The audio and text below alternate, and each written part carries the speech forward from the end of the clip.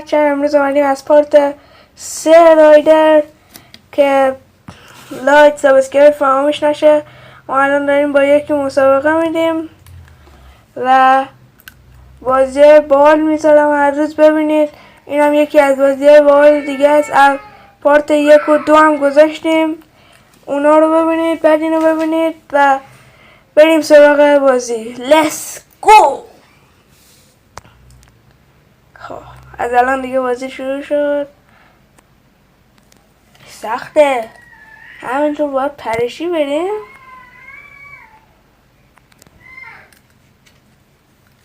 چون ویدیوهای کوتاه کلا 1 دقیقه است، من 1 دقیقه بشه مجبورم پارت 3 رو دوباره بگیرم، پس شاید 2 تا پارت 3 داشته باشیم.